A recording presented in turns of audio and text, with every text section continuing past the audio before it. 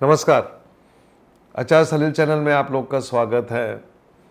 आज एस्ट्रोलॉजी में एक ऐसा विषय आप लोग के बीच में लाया हूँ जो आपको भी बड़ा आश्चर्य लगेगा कि क्या भारत की कुंडली से भारत में रहने वाले लोगों की बीमारी के बारे में भी बताया जा सकता है।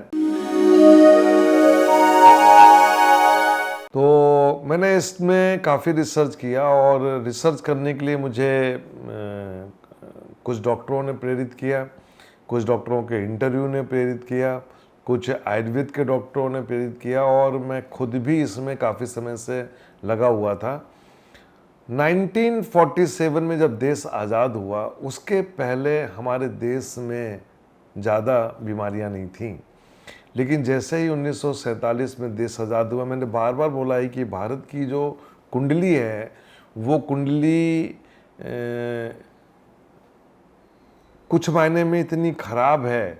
हालांकि एक दिन पहले पाकिस्तान बना था तो पाकिस्तान की क्या दुर्गति है वो आप लोग को तो पता ही है, लेकिन भारत 24 घंटे बाद आज़ाद हुआ तो कुछ हम बच गए। यदि मैं इस कुंडली को देखूं बहुत ध्यान से तो जैसे हमारे गुरुओं ने हमको बताया कि जब हम मुंडेन एस्ट्रोलॉजी में देखते हैं कि हमारे देश में कैसी फसल होगी, हमारे देश में कैसे फल फूल होंगे, हमारे देश में अनाज का उत्पादन कैसा होगा, हमारे देश में शिक्षा का स्तर कैसा होगा, तो मुंडेन एस्ट्रोलॉजी से सब देखते हैं।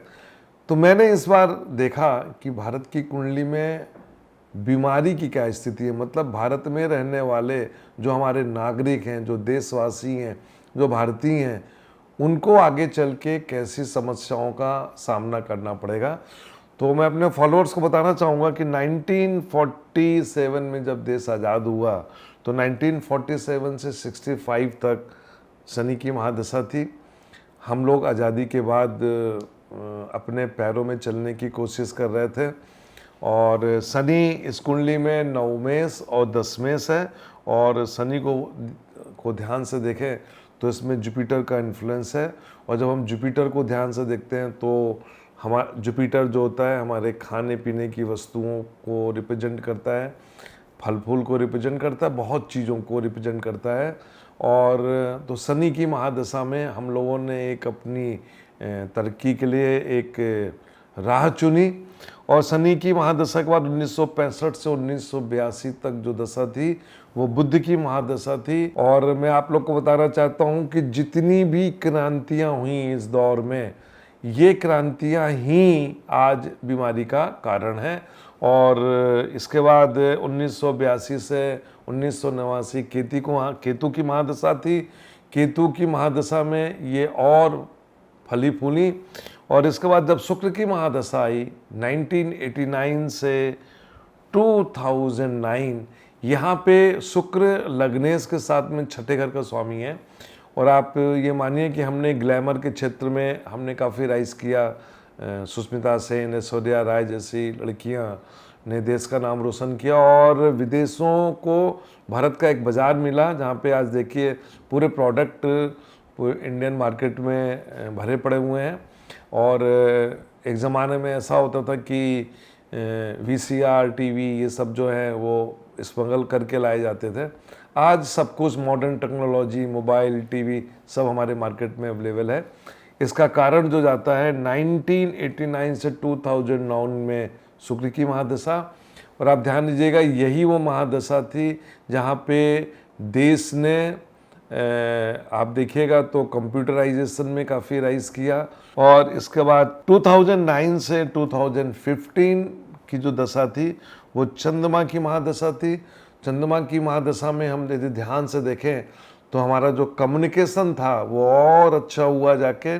और आज देखिए हर आदमी के हाथ में एक मोबाइल फ़ोन है, चाहे वो एंड्रॉयड हो चाहे हाईटेक मोबाइल फ़ोन है, आईपैड है, सब कुछ आपके हाथ में है। लेकिन मैं बड़े ध्यान से देख रहा हूँ कि बीमारियाँ धीरे धीरे धीरे धीरे हमारे देश के नवयुवकों को खोखला कर रही हैं। और तब मैं फोकस करता हूँ 1989 को शुक्र की महादशा में। और शुक्र की महादशा में आप बड़े ध्यान से देखिएगा, यहाँ से कहानी शुरू होती है इस देश में।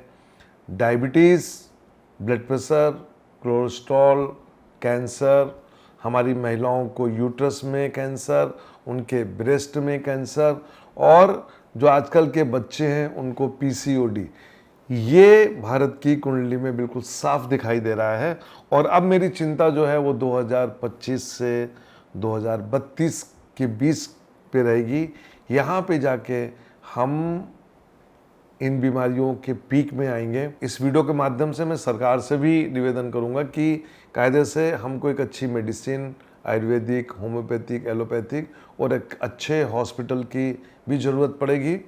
लेकिन मैं अपने फॉलोअर्स से पूछना चाहता हूं, मैं उनको बताना चाहता हूं कि जो क्रांतियां उस दौर में हुई थी, वो क्रांतियां जो थी, एक था दूध का उत्पादन, और आज जितने भी आयुर्वेदिक डॉक्टर हैं, जितने भी साइंटिस्ट हैं, वो कहते हैं दूध और दूध से बनी चीज़ें छोड़ दो। मतलब आपको दूध भी नहीं पीना है, आपको मिठाई भी नहीं खाना। कारण क्या है? क्योंकि दूध पूरा जो है वो पूरा का पूरा पोल्यूटेड है। हम गायों को इंजेक्शन लगा रहे हैं, दूध को प्रोडक्शन को बढ़ा रहे हैं, और जितना भी दूध आ रहा है वो एक कैंसर का कारण है। इसके बाद एक क्रांति हुई गेहूं को लेके, और आप देखिए कि आज डॉक्टर कह रहे हैं कि गेहूं छोड़ दो खाना, क्योंकि गेहूं एक कैंसर का कारक है। तो जब हम और इसमें आगे बढ़ते हैं तो जो फल फूल हैं, इसमें जितने भी कीटनाशक डाले जा रहे हैं वो भी एक कैंसर का कारण है। और यही कारण था कि मैंने इस कुंडली को बड़ी बारीकी से देखा, और देखने के बाद जब मैंने अपने डॉक्टरों से, दोस्तों से बात किया, ऐसे ऐसे कैंसर आ गए हैं, किसी को गॉल ब्लैडर से कैंसर हो गया, किसी को लीवर का कैंसर है। मेरे बहुत से दोस्त हैं जिनको फेफड़े में कैंसर है, जो कि ना तो सिगरेट पीते हैं ना शराब पीते हैं, लेकिन कैंसर से पीड़ित है। तो ये जो था, ये तरक्की जो हम लोग कर रहे थे, इस तरक्की का एक साइड इफेक्ट आया। भारत की कुंडली में जो शुक्र की महादशा थी, छठा घर एक्टिव हुआ और शुक्र बैठा हुआ है तीसरे घर में, और तीसरे घर में जब वो बैठा हुआ है तो 4 ग्रहों से वो घिरा हुआ है, और इसने एक अच्छी खासी हम लोग को बीमारी दे दी। इसने हमको कोलेस्ट्रॉल दे दिया, और इसने हमको कैंसर दे दिया। और गुरु जो है वो जाके शुक्र की राशि में बैठ के असहाय हो गया, जबकि गुरु जो होता है वो एक सेवियर एलिमेंट होता है, सब समस्याओं को से निजात दिलाता है। मैं अक्सर जब लोगों की कुंडली देखता हूँ तो यदि मुझे गुरु केंद्र को देखते हुए मिल जाता है, या गुरु दशा लॉर्ड को देखते हुए दिख जाता है, तो कितनी भी कुंडली खराब हो, एक गुरु जो होता है सब समस्याओं का समाधान कर देता है। लेकिन भारत की कुंडली में ये गुरु छठे घर में जाके शुक्र की राशि में फंस गया। तो अब चिंता की बात यह है कि क्या ये देश कुछ दिनों में पूरा का पूरा बीमार हो जाएगा? ये हमको सोचना पड़ेगा, और हमको कहीं ना कहीं जाके कई चीज़ें छोड़नी पड़ेगी। मैं अपने युवाओं से बोलना चाहता हूँ कि वो नॉनवेज खाना छोड़ दें, नहीं तो वो नॉनवेज जो होगा वो आपके कैंसर का कारण होगा। दूध आपको कैंसर की तरफ ले जाएगा, क्योंकि ये सब जो है पोल्यूटेड हैं, इनमें केमिकल मिला हुआ है।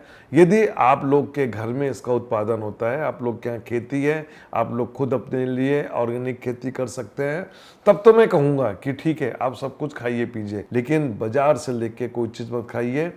नहीं तो मैं आपको बताना चाहता हूँ, अभी पिछले कई दिनों से मैं कैंसर पेशेंट को देख रहा हूँ। दवाइयाँ इतनी महंगी होती हैं कि आदमी कंगाल हो जाता है, और वो पेशेंट जब पड़ा रहता है बिस्तर में, उसके सामने कोई चारा नहीं है, और परिवार सोचता है कि वो बचे, और किस उसमें, जबकि सब बर्बाद हो जाता है। ये एक एस्ट्रोलॉजी के हिसाब से मैंने एक व्याख्या की है, और ये बताया है कि 2025 से 2032 का पीरियड जो होगा वो बहुत ही खतरनाक होगा।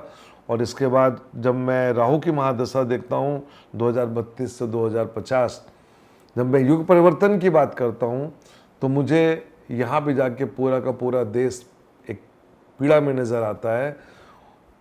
मेरे दोस्तों ने बताया, जो मेरे फॉलोअर हैं पाकिस्तान में, वो बताते हैं कि आप लोग तो फिर भी बचे हुए हैं।